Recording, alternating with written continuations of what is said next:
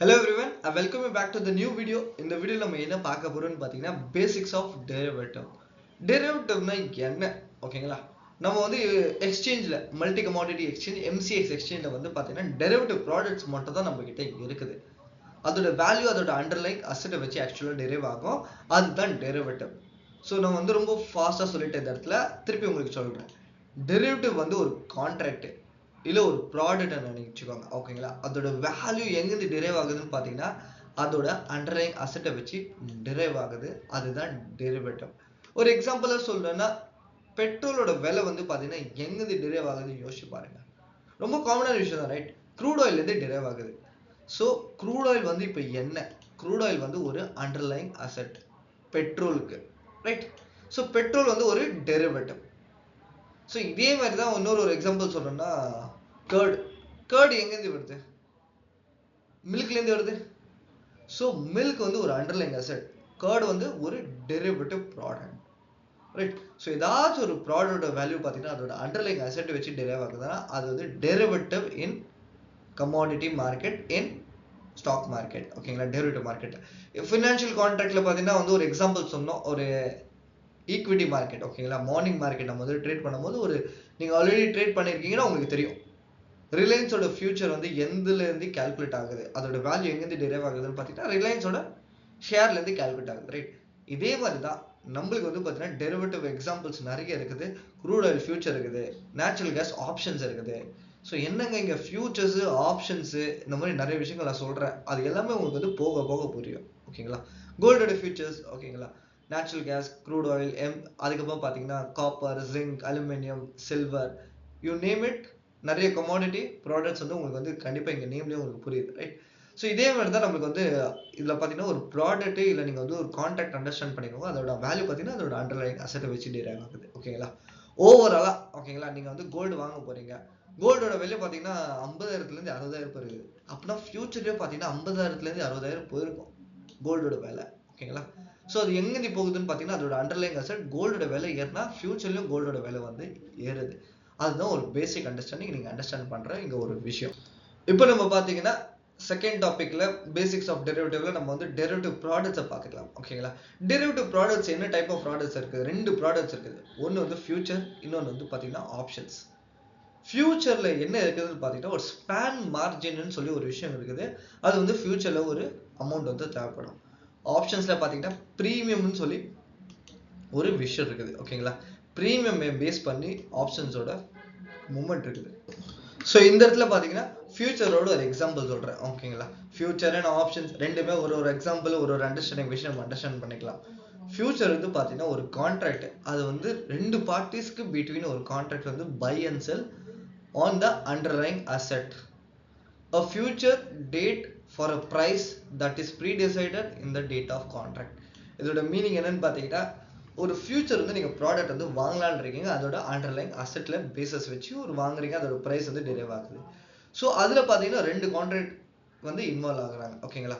ஒரு contract involve ஆகுது, அதில் ரெண்டு பார்ட்டிஸ் இன்வால்வ் ஆகுறாங்க. ஓகேங்களா? ஒன்று வந்து பையர், இன்னொன்று வந்து செல்லர். ஸோ இது எல்லாமே பார்த்தீங்கன்னா ஒரு கான்ட்ராக்ட் பார்த்தீங்கன்னா ஒரு ஸ்பெசிஃபிக் டேட் இருக்குது. அந்த டேட்டுக்கு அந்த கான்ட்ராக்டோட ப்ரைஸ் வந்து ப்ரீ டிசைட் ஆகிட்டு அந்த கான்ட்ராக்ட் வந்து க்ளோஸ் ஆகிடும். அதுக்குள்ளே உங்களோட டிரான்சாக்ஷன் நீங்கள் கண்டிப்பாக க்ளோஸ் பண்ணிக்கணும். ஓகேங்களா? ஸோ இந்த டேட் வந்து ப்ரீ டிசைட் வந்து பார்த்தீங்கன்னா உங்களுக்கு வந்து எப்பவுமே 3 month கான்ட்ராக்ட்ஸ் வந்து எப்பவுமே அவைலபிளாக இருக்கும். Current month, next month, next to next month ஃபியூச்சரில். இதே மாதிரி தான் ஆப்ஷன்ஸ்லையும் இருக்கும். Current month, next month, next to next month. So ரெண்டு ப்ராடக்ட் நீங்கள் அண்டர்ஸ்டாண்ட் பண்ணிங்கன்னா ஒன்று வந்து ஃபியூச்சர், இன்னொன்று வந்து ஆப்ஷன்ஸ். இப்போ ஆப்ஷன்ஸ்னா என்ன? அதுக்கு முன்னாடி பார்த்தீங்கன்னா இங்கே ஒரு விஷயம் நீங்கள் வந்து கண்டிப்பாக இதை அண்டர்ஸ்டாண்ட் பண்ணிக்கணும். ஓகேங்களா? By the time of delivery of both the parties are honoring the transaction of irrespective of the price, the deal is through organized and regulated exchange. இதோட மீனிங் என்னன்னு பார்த்தீங்கன்னா நீங்க வந்து பை த டைம் ஆஃப் ஒரு product நீங்க வந்து transaction பண்றீங்க ஃபியூச்சர்ஸ்ல. ஓகேங்களா? ரெண்டு பார்ட்டிஸ் வந்து ஹானர் பண்றாங்க. அந்த டிரான்சாக்ஷனை irrespective ஆஃப் என்ன பிரைஸ் இருக்கோ அந்த டீலை வந்து நீங்க க்ளோஸ் பண்ணணும். நீங்க பை பண்ணவர் கண்டிப்பா செல் பண்ணணும், செல் பண்ணவர் கண்டிப்பா பை பண்ணணும். இது வந்து எல்லாமே எந்த பேசிஸ்ல நடக்குதுன்னு பார்த்தீங்கன்னா ஒரு ரெகுலேட்டட் எக்ஸ்சேஞ்ச் MCX, அதுல வந்து இது எல்லா விஷயமும் நடக்குது. ஓகேங்களா? இதுதான் வந்து ஒரு ஃபியூச்சரோட ஒரு கான்செப்ட். அது இதுல ஆப்ஷன்ஸ் பார்த்தீங்கன்னா it gives the right to buy. it is a contract that gives the right to buy but not obligation to buy or sell the underlying at a stated date and price.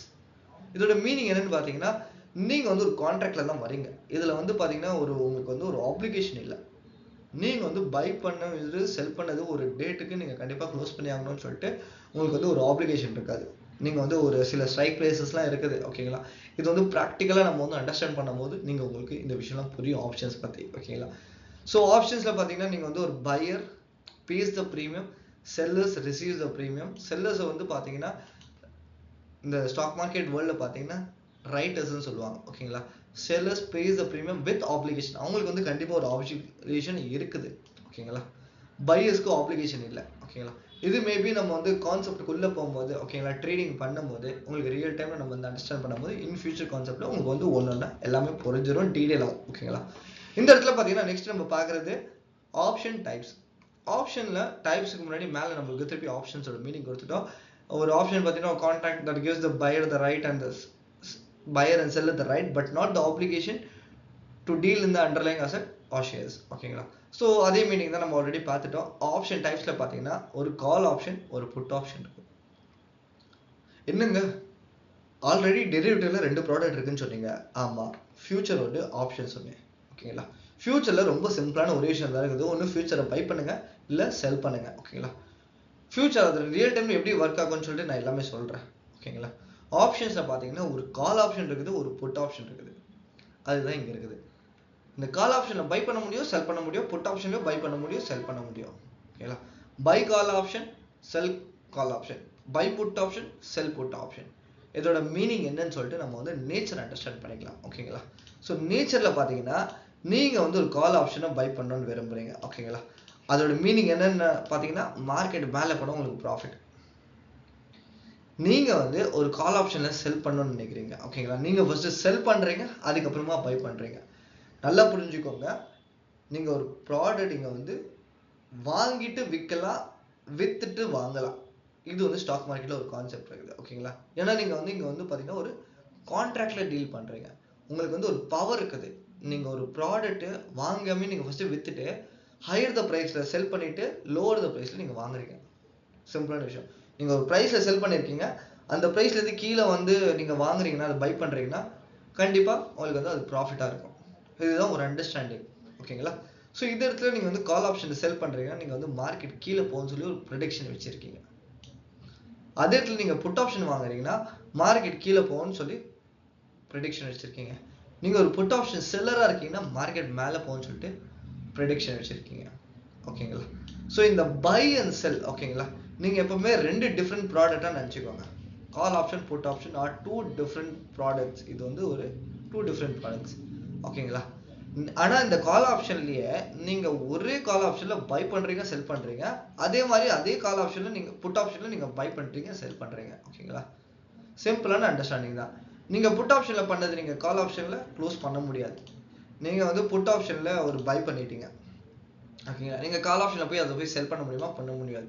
நீங்க சிம்பிளா என்ன பண்ண முடியும்னா நீங்க வாங்கின கால் ஆப்ஷனை நீங்க செல் பண்ண முடியும், இல்ல நீங்க செல் பண்ண கால் ஆப்ஷனை நீங்க வாங்க முடியும். அதே கான்செப்ட் தான் இங்க. நீங்க பை பண்ண கால் ஆப்ஷன் நீங்க செல் பண்ண முடியும், நீங்க செல் பண்ண கால் ஆப்ஷன் நீங்க வந்து பை பண்ண முடியும். இந்த கான்செப்ட்ல தான் நடக்கும், ஓகேங்களா? இது இன்டர் எக்ஸ்சேஞ்ச் ஆகாது. எங்கமே நடுவுல எந்த ஒரு டிரான்சாக்ஷனும் நடுவுல இந்த மாதிரி இப்படி பண்ண முடியாது. நீங்க ஒரு டிஃப்ரெண்ட் ப்ராடக்ட்ஸை தான் நீங்க வந்து அண்டர்ஸ்டாண்டா பண்ணிக்கணும் இந்த இடத்துல, ஓகேங்களா? ஸோ நெக்ஸ்ட் நம்மளுக்கு பாத்தீங்கன்னா ஒரு கான்ட்ராக்ட்ல என்னென்னலாம் விஷயங்கள் இருக்கும் அதை பத்தி அண்டர்ஸ்டாண்ட் பண்ணிட்டு கொஞ்சம் ஒரு பிரீஃப் அண்டர்ஸ்டாண்டிங், ஒரு எக்ஸாம்பிள், இன்ட்ரெஸ்டிங்கான எக்ஸாம்பிள் பார்க்க போறோம், ஓகேங்களா?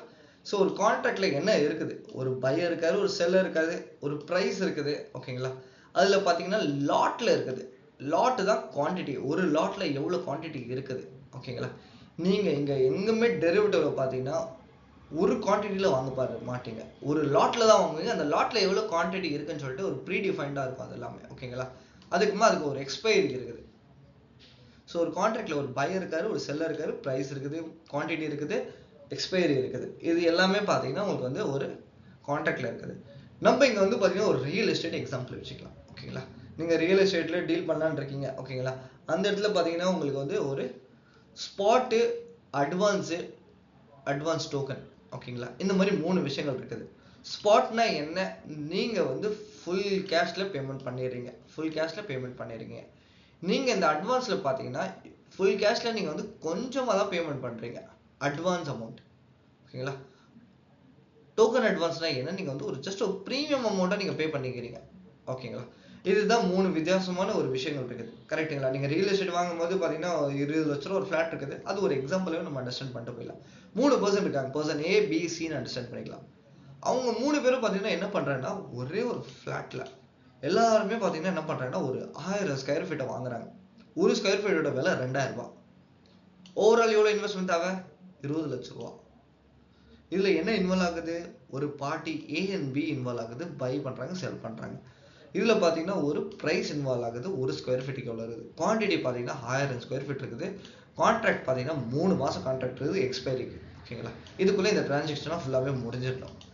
ஸோ இந்த இடத்துல எல்லாரும் பாத்தீங்கன்னா டிஃப்ரெண்ட் அமௌண்ட் கட்டுறாங்க அதே சேம் லேண்டோட வேல்யூக்கு, அந்த ஃபிளாட் வேல்யூக்கு. ஓகேங்களா? ஸோ அந்த இடத்துல பாத்தீங்கன்னா 20 லட்ச ரூபா தேவை. ஓகேங்களா? இவரு பர்சன் ஏ என்ன பண்றாரு, இவரு வந்து 20 லட்ச ரூபா ஃபுல்லா கொடுத்துறாரு. ஃபுல் 100% மார்ஜின் கொடுத்துட்டாரு. ஓகேங்களா? 20 லட்ச ரூபா தேவையில்ல, நான் 20 லட்ச ரூபா ஃபுல்லாவே கொடுத்துறேன். இந்த ப்ராடக்ட் பாத்தீங்கன்னா இது வந்து கேஷ்னு சொல்லுவாங்க, full spot, full amount you are paying. ஓகேங்களா? அதே இடத்துல ஒரு அட்வான்ஸ் அமௌண்ட் கொடுக்கறது நீங்க வந்து ட்ரேடிங்ல பாத்தீங்கன்னா ஃபியூச்சர்னு அண்டர்ஸ்டாண்ட் பண்ணிக்கணும். என்னன்னா ஒரு அட்வான்ஸ் அமௌண்ட் நீங்க வந்து ட்ரேடிங்ல ஃபியூச்சர்னு சொல்லிட்டு ஒரு அண்டர்ஸ்டாண்ட் பண்ணிக்கணும். ஓகேங்களா? அட்வான்ஸ் அமௌண்ட் பாத்தீங்கன்னா 20% ஃபிளாட்டோட வேல்யூ நீங்க கட்டுறீங்க. ஓகேங்களா? அந்த கான்ட்ராக்ட்குள்ள நீங்க அந்த ப்ராடக்ட்டை பாத்தீங்கன்னா வாங்கின ப்ராடக்ட்டை, நீங்க இருக்கிற ப்ராடக்ட்டை நீங்க வந்து விற்க போறீங்க. நீங்க வாங்கிட்டீங்கன்னா நீங்க விற்க போறீங்க, நீங்க வித்துட்டீங்கன்னா நீங்க வாங்க போறீங்க. இந்த டிரான்சாக்ஷன் நீங்க கம்ப்ளீட் பண்ணி தான் ஆகணும். இந்த எக்ஸ்பைரி கான்ட்ராக்ட் உள்ள லாபமோ நஷ்டமோ நீங்க பண்ணி தான் ஆகணும். ஓகேங்களா? இதே மாதிரி தான் டோக்கன் அட்வான்ஸ், ஒரு ப்ரீமியம் அமௌண்ட்டுங்க. இந்த டோக்கன் அட்வான்ஸ் வச்சுக்கோங்க, 40,000 ரூபாய். 2% ஒரு லேண்டோட வேல்யூக்கு நான் வந்து டோக்கன் அட்வான்ஸ் கொடுத்துறேன். ஓகேங்களா? இந்த மாதிரி ஒரு விஷயம் நீங்க வந்து பண்றீங்க. ஸோ நீங்க வந்து ஒரு ப்ராடக்ட்டை வாங்குறீங்க, விற்கிறீங்க, வித்தி வாங்குறீங்க. ஓகேங்களா? இந்த இடத்துல என்னன்னு பாத்தீங்கன்னா உங்களுக்கு வந்து ஒரு பவர் இருக்குது. ஓகேங்களா? நீங்க வந்து ரியல் எஸ்டேட் வாங்குறீங்க. ஓகேங்களா? பர்சன் ஏ என்ன இருக்குன்னா, பர்சன் ஏ இந்த இடத்துல ஒரு பர்சன் இருக்காரு. Person A, he is the owner of the land. ஓகேங்களா? Person B is a mediator. அவர்கிட்ட என்ன இருக்குன்னு பாத்தீங்கன்னா he has a power. ஓகேங்களா? அந்த பவர் யார் கொடுத்தாரு பாத்தீங்கன்னா இவரு தான் கொடுத்திருக்காரு. இவரு அந்த பவரை கொடுத்திருக்காரு to sell his land for any value. அவங்க விற்கிறது என்ன விலை வேல்யூக்கு வித்திக்கலாம். ஓகேங்களா? அது லாபமோ நஷ்டமோ யார் பாத்துக்கணும்னு பாத்தீங்கன்னா இந்த மீடியேட்டர் தான் பாத்துக்கணும். ஓகேங்களா? ஸோ இந்த இடத்துல ஒரு மீடியேட்டர் தான் நம்ம வந்து இங்க வந்து பாத்தீங்கன்னா விக்கிட்டு வாங்க முடியும். ஓகேங்களா? ஒரு ப்ராடக்ட் நம்ம ஓன் பண்ணாம நம்ம வந்து வித்துட்டு வாங்க முடியும். ஸோ இந்த இடத்துல பாத்தீங்கன்னா நம்மளுக்கு வந்து ஒரு நியூஸ் வந்துச்சு. ஓகேங்களா? அந்த லேண்டுக்கு அந்த அந்த ஃபிளாட்டுக்கு ஓகேங்களா 10% வேல்யூ பாத்தீங்கன்னா இன்க்ரீஸ் ஆயிடுச்சு. 2 லட்ச ரூபா ப்ராஃபிட். ஓகேங்களா? ஒருத்தர் 20 லட்ச ரூபா கொடுத்தே 2 லட்ச ரூபா ப்ராஃபிட், ஒருத்தர் 4 லட்ச ரூபா கொடுத்துட்டு 2 லட்ச ரூபா ப்ராஃபிட், இன்னொருத்தர் 40,000 ரூபாய் கொடுத்துட்டு 2 லட்ச ரூபா ப்ராஃபிட். கண்டிப்பா இது வந்து ரொம்ப சூப்பரா தருது. பட் அதுக்கு ரிஸ்க்கும் அதுக்கு ஏற்ற மாதிரி இருக்குது. ஓகேங்களா? Risk is equal to reward மாதிரி தான் உங்களுக்கு இருக்கும். ஸோ இந்த இடத்துல உங்களுக்கு இப்போ ஓவரால் வேல்யூ எவ்வளோ இருக்குன்னு பாத்தீங்கன்னா நீங்க 22 லட்ச ரூபா வச்சிருக்கீங்க. 20 லட்ச ரூபா உங்களுக்கு வேல்யூ, நீங்க ஃபுல் பாஸ் கட்டினது 2 லட்ச ரூபா உங்களுக்கு ப்ராஃபிட். இங்க பாத்தீங்கன்னா உங்களுக்கு வந்து இப்போ 6 லட்ச ரூபா இருக்கு உங்ககிட்ட. அதே இதுல இந்த இடத்துல நீங்க 2 லட்ச ரூபா கட்டினது 40,000 ரூபாய் கட்டினதுல உங்களுக்கு வந்து 2,40,000 ரூபாய் இருக்கு. 500% இன்க்ரிமெண்ட் ஃப்ரம் யர் நீங்க அமௌண்ட் கட்டினதுல. ஓகேங்களா? ஸோ இந்த இடத்துல பாத்தீங்கன்னா ஒரு நெகட்டிவ் நியூஸ் வந்தா என்ன ஆகும்? நெகட்டிவ் நியூஸ் வந்தா 18 லட்ச ரூபா வேல்யூ போயிடும். ஓகேங்களா? 20 லட்ச ரூபா வேல்யூ 18 லட்ச ரூபா போயிடும். 4 லட்ச ரூபா வேல்யூ 2 லட்ச ரூபா ஆயிடும். 40,000 ரூபாய் போட்டது அப்படியே 40,000 ரூபாய் மைனஸ். ஸோ இந்த எல்லா இடத்துலயும் மைனஸ் பாத்தீங்கன்னா மைனஸா இருக்குது. ஸோ இதுல லேண்டோட வேல்யூ பாத்தீங்கன்னா இங்க எவ்வளவு இருக்குன்னு பாத்தீங்கன்னா இங்க வந்து டோக்கன் அட்வான்ஸ். ஓகேங்களா? டோக்கன் அட்வான்ஸ் கொடுத்ததுக்கு வந்து பாத்தீங்கன்னா மொத்தமாவே லாஸ் அமௌண்ட் 40,000 ரூபாய் ஃபுல்லாவே என்ன ஆக போகுதுன்னா ஒரு ஜீரோ தான் வேல்யூ. ஓகேங்களா? ஜீரோ தான் வேல்யூ அவங்களுக்கு வந்து இருக்கும். ஓகேங்களா? ஸோ ஜீரோன்னு வரல ப்ராப்பரா. Okay, zero is the value if at all அவங்க வந்து நெகட்டிவ்ல போயிட்டாங்கன்னா. ஓகேங்களா? ஸோ இதுல என்ன அண்டர்ஸ்டாண்ட் பண்ணிக்க முடியுதுன்னா, நீங்க வந்து ஒரு சின்ன அமௌண்ட் கொடுத்து கூட அந்த பர்டிகுலர் ப்ராடக்டை வாங்க முடியும், ஒரு அட்வான்ஸ் அமௌண்ட் கொடுத்து வாங்க முடியும். ரைட்? ஸோ இந்த இடத்துல நம்மளுக்கு வந்து ட்ரேடிங் பண்ணும்போது ஓகேங்களா MCXல இந்த ஃபுல் கேஷ் பேமெண்ட் மெத்தடே இல்லை. இது வந்து எங்க இருக்குன்னு பாத்தீங்கன்னா, நீங்க ஸ்டாக் மார்க்கெட்ல ஒரு ஷேர் வாங்கணும்னு இருக்கீங்க. ஓகேங்களா? ரிலையன்ஸோட ஷேர் நீங்கள் வாங்கணும்னு இருக்கீங்களா, ஷேர் நீங்கள் இன்வெஸ்ட்மெண்ட்ஸ் பண்ணலான்னு இருக்கீங்க இல்லை, இந்த இடத்துல நீங்கள் வந்து ஃபுல் கேஷ் வந்து கொடுக்கணும், ஃபுல் கேஷ் நீங்கள் வந்து பே பண்ணணும் இல்லை. இது வந்து நம்ம கமாடிட்டி மார்க்கெட்டில் இருக்கான்னு கேட்டிங்கன்னா இது நம்ம கமாடிட்டி மார்க்கெட்டில் இல்லை. நீங்கள் கோல்டோ சில்வரோ ஓகேங்களா, crude oil, natural gas, copper, zinc, mini எந்த ப்ராடக்ட்டும் நீங்கள் வந்து கேஷ் வந்து வாங்க முடியாதுங்க. நீங்கள் வெறும் என்ன பண்ண முடியும்னா ஒரு ஸ்பேன் மார்ஜின் வச்சு நீங்கள் இங்கே ட்ரேட் பண்ண முடியும். ஃபியூச்சர்லையும் ஒரு டோக்கன் அட்வான்ஸ் மாதிரி இங்கே ஆப்ஷன்ஸில் நீங்கள் எப்படி இருக்குதோ ஆப்போசிட்டாக ஒரு ஆப்ஷன் வச்சுக்கோங்க, அந்த மாதிரி நீங்கள் ஆப்ஷன்ஸில் ட்ரேட் பண்ண முடியும். இதுதான் ஒரு ஃபியூச்சர்ஸ் அண்ட் ஆப்ஷன்ஸு இருக்கிற ஒரு கான்செப்ட் ஓகேங்களா. ஃபியூச்சரில் நீங்கள் என்ன பே பண்ணுறீங்க நான் சொல்லியிருந்தா நீங்கள் வந்து ஒரு ஸ்பேன் மார்ஜின் பே பண்ணுறீங்க ஓகேங்களா.